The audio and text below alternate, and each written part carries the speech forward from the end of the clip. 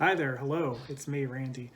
So, this may come as a complete shock to really young people, but there was a time many, many years ago where the Cincinnati Bengals were a Super Bowl team, multiple years even.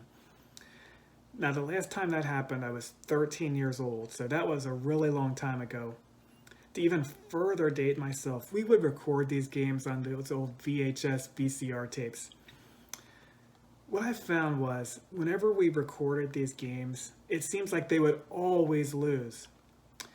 And so I formed this odd belief or superstition around not recording the games to, prevent them from losing. When they made the Super Bowl, my dad wanted to record the game, and I absolutely forbid him from recording that game. That game was just way too important for us to jinx it by recording it. So what did my dad do? He got a friend to record the game behind my back. And you know what happens? You guessed it, they lost. Now I recognize that's a strange belief, but I was only 13 years old. But what I want to talk about today is something that is not strange. I want to talk about belief in Jesus. What does it mean to believe in Jesus or to have faith in Jesus? Well, the original New Testament language for the word belief and faith is the exact same word. It's the Greek word pistos. It has two connotations depending on how you use it in a sentence. The first way means assent. In other words, I tell you something that you don't know about and you reckon that it's true. Here's an example. I could tell you that I bought a used car back in February and you would probably believe me, even though you haven't actually seen it for yourself. You're assenting to that statement. In your mind, you're saying, yeah, that's true. You believe my testimony, in other words. The second way it's used means trust. Whereas assent is a judgment of the mind whether or not something is true.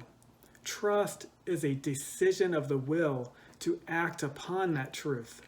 It is a personal surrender to the implications and consequences of that truth. Now, the clear teaching throughout the Bible is that saving faith includes both assent and trust.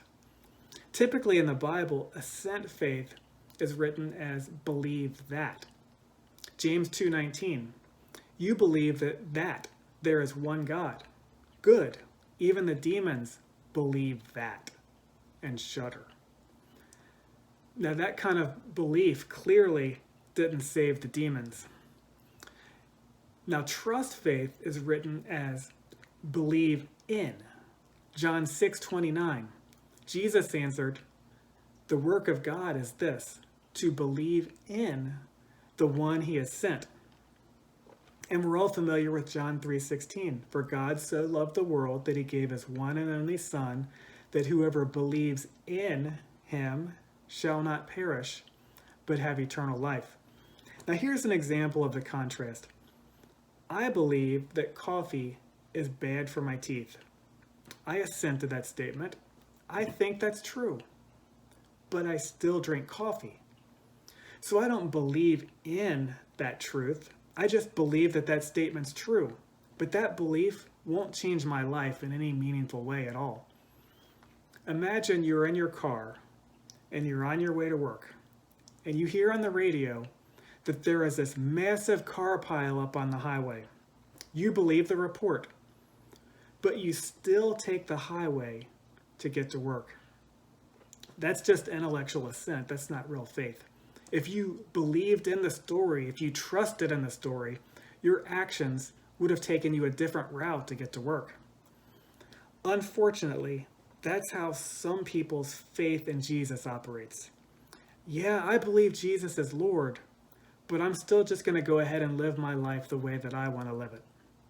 That's not biblical faith. Now, I'm not promoting a works-based salvation, but I am calling you to consider this.